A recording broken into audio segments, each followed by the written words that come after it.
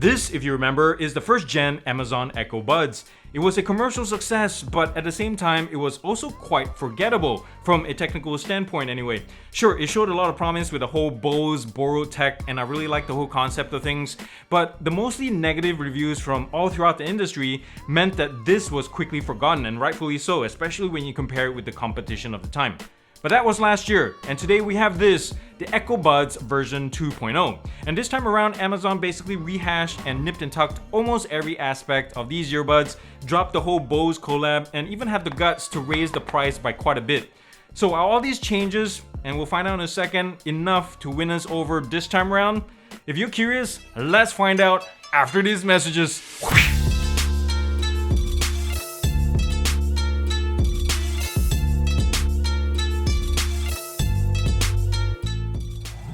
Well, this is it, the Echo Buds 2.0. And for the same price as the first gen, thank goodness, 120 bucks, it gets you now a flatter, smaller, lighter, and presumably more capable pair of in-ear wireless earbuds. And it comes in black and glacier white like this one. And if you want wireless charging, it's also available as an option, but you have to pay Mr. Jeff an extra $20 for that.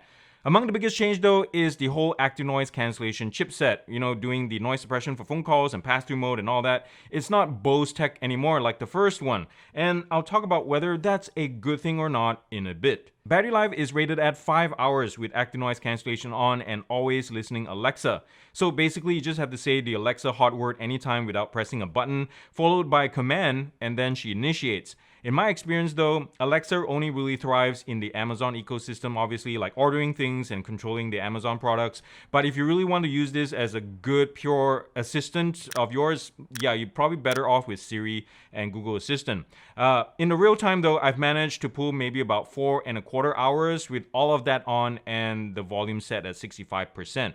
There's Bluetooth 5.0 on board with AAC and SBC support, and the weight is 8 grams per earbud versus the 10 grams in the previous one, so it's a whole lot lighter with the same amount of battery life. So if I were to line up both generation of cases like this, you can see the obvious size disparity between the two. The old one is practically a bar of soap, and the new one is smaller in all dimensions, maybe except for thickness, they're about the same there. But the fact that there is Qi charging now and the same battery life in a smaller footprint, heck yeah man, I can get behind that. And if you remember the first gen, I knocked on the plastics quality on this one. The material choices was horrible with shiny plastics everywhere, and it was a fingerprint and scratch magnet. It wasn't even funny. But in the new gen, it's a bump up. The material choices is better now, it's grippier, and scratches, especially in this color, is hidden better. There seems to be some kind of self-healing, and it's easier to clean as well. If you open this up, there's not a lick or a sign of a shiny piano black plastics. Thank you so much. But that being said though, for $120, $140, in terms of materials, I think Soundcore is still ahead of the game. Brands like that, they seem to choose a little bit better plastics than even what Amazon is doing here. It looks expensive, everything is well put together, there's not even a creak when I squeeze it. The moldings are really nice, the chamfering is really nice and solid. It just is well put together. At the front here, there's a deep notch for you to easily pop open the lid like this, and I really appreciate that. But what I don't is the lack of a locking lid anymore. The old one, look at this, it spring locks in place and doesn't go anywhere until you really want to force it closed. Like this right now, it just flops closed, and it's a huge downgrade in my opinion. At the front here too is the battery level status light, and the back here is the status button. You do the same, when you press this, the light comes on. USB-C charging port, and back behind this Amazon smiley face here is the wireless charging coil if you get that model. Now on the inside, the molding is really nice, and as I mentioned earlier, no shiny plastics. Thank you. I like the contrast here of the charging pins against that black plastic. Really nice. The cavity is nice and shallow too, makes it nice and easy to clean. And for those of you who remember the first gen, if you installed the ear fins as well, the old gen, when you had the ear fins and the ear tips in the case, and when you try to close it, it would not close, or sometimes it would sit but not charge properly. In the new one, they thought about it, and so with the wing tips on, it will still charge like nobody's business. So thank you. There are two LED lights right here to show you the status of the earbuds as well. Left right indicators. Oh yeah, let's do the magnet test. Let me pop the earbuds back in and we'll do the magnet test. Hold open the lid. Yeah, that's a fail. So the magnets are not super strong, and the lid also flops closed like yeah, really easily. So thumbs down to that. So here are the two side by side again, and I have to say, you really have to squint to tell the dimensional difference, but Amazon says the new one is 20% smaller, and I believe it, both in weight and in size. It feels smaller, and when it's sitting in my ear, it feels really nice and compact and less bulky than the old one, even though everything, as you can see, the thickness is really close. The sound channel is really close as well, a little bit shorter on the new one. But everything is, yeah, kind of sort of the same, even though design-wise, the new one is a lot more rounder, a lot more organic looking. And I really like it. It's much easier to grip as well. The plastics on the old one, it was pretty slippery, especially if you're sweaty. The new one offers a little bit better grip unless you grip on the inner casing right here. Looking around the earbud, I can't help but be impressed by the build quality on this thing. My fingernails barely catch on the seams right here, and it just reminds me of the case itself. Everything is well put together. Shiny plastics, as you can see, this half up, and then the grippier plastics on this side, which is nice. Touch controls is on this surface right here. It accepts single, double, triple taps as well as hold. And the cool thing is they're identical on either left or right. So if you wear these mono mode, and if you're on your left or right ear, the controls are identical. You never have to relearn anything, which is nice. There are 3 microphones on board per earbud, one right here, one over here, and one right behind the ear tip right there. This other hole that you see is actually a venting port, but it lends some symmetricity to the front here, and it kind of looks like an emoji of some kind in it. Now, the charging pins are here, and the proximity sensor window is right there as well. Now, the sound port itself is nice and short. It's 5.7mm driver in the back here. It's short, and it's protected by mesh here, and the ear tip has the same as also more protection right there, which is also rare to see. And one thing I really like about the ear tips, which are hardened center core, they're pretty easy to put onto. Not as easy as some other brands, but it's pretty quick right there. But the cool thing is, depends on the sizes that you have, they all are color coded. This one is medium and it's red, and over there, as you can see in the corner, they have different colors for different sizes. I really like that splash of color. You know, one of my favorite songs of all time is Earth, Wind & Fire, Let's Groove, and it's playing right now on my phone through my NAS and running a FLAC file. And I have this at the end of my deck. It doesn't make a big difference. It doesn't make a difference at all if you're playing a FLAC file lossless, but I have it, so you know, just might as well use it, right? So I have it at the end of my deck, and I'm gonna keep walking towards the back of the house and side of the house, and we'll see when they start getting disconnection issues. So where I'm standing right now, just for your reference, it's around 26 feet, and because these have Bluetooth 5.0 protocol, we're gonna start, like right now on cue, we're gonna get some cutouts around 30 to 33 feet. So at this point, music is unintelligible. I'm gonna stand this way so you can get better exposure. It's gonna be sunny today and hot, 97, 98 degrees. Are you kidding me? It's gonna be melting like butter, and it's also like pollen-y. There's pollen everywhere, all over the lens right now, everything. So I'm gonna keep walking, by the way, until we get a disconnect tone, so we know how long these last. My guess is around 45, 50 feet when I get some kind of disconnect tone. How you guys doing? Yep, sure enough, right there, it's around 52 feet. I just got a disconnect from Alexa. She said, disconnected. We're gonna keep walking until we get a reconnection tone and see if media continues. Some devices do, some devices don't, but even if they don't, no big deal. We'll just tap play and we're good to go. And you can also see the fit of these in my ears, really nice. I like the new design direction. In the previous generation, they did protrude a little bit further from the earlobe, but in this case, because of the shorter sound channel, as we saw earlier, these things sit really flush and a little bit inset, at least on my ears. They I really like these. Very comfortable, very nice to look at too. So we're right next to the road right now, and as cars pass by, hopefully you can hear better with your own ears how these things do as you switch between the G85 camera and the Echo Buds, how these things do with noise suppression. So there are 3 mics on each side, as we saw earlier. And supposedly, theoretically, they should be better in terms of suppression, but I can tell you something, when it does get noisy, it gets very echoey, like you're in a very small confined room and the recording sounds like it's, you know, it's bouncing all around the room. So something to take note of, and correct me if I'm wrong if you're listening to something different from what my ears are picking up in this recording, let me know down in the comments, but it's a little bit more echoey than I remember even with the original Echo Buds. So yeah, still better than mine, but in a quiet environment, these things are amazing. They sound really good. So 3 mics doing all the processing, noise suppression is pretty good. Something I want to take note of too is when phone calls are initiated, if you have active noise cancellation on, the pass-through mode turns on. So that's a nice safety feature I like to see in earbuds and headphones for the most part. Because it allows you, while you're having a phone call, to hear things around you and just have situational awareness. So yeah, comment down below what you think about the sound quality on these in terms of noise suppression.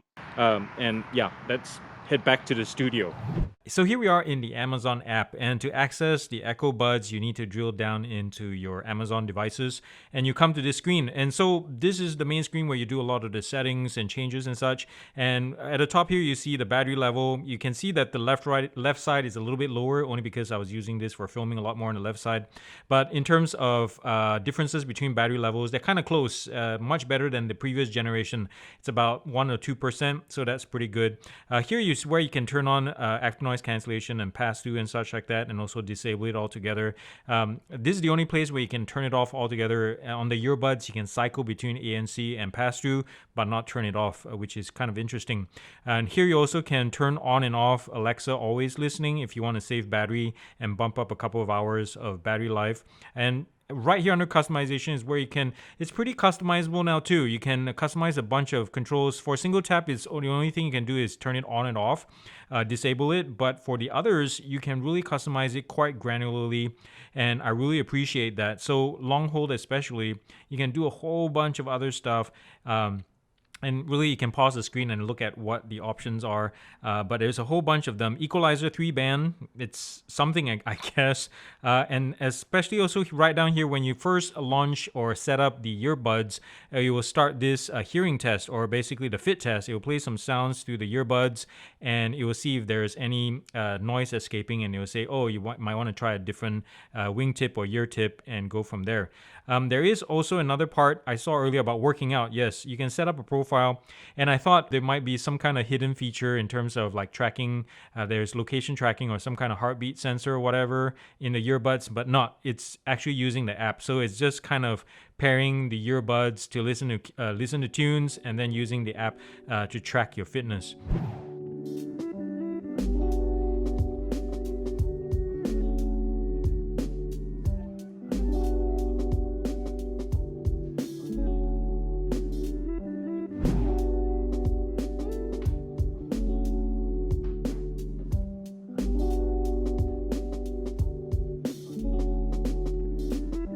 Man, it's so warm today, and because this house has no AC, I'm just sweating buckets. In fact, I'm shooting it from here on up because I have a whole wet t-shirt contest thing going down here.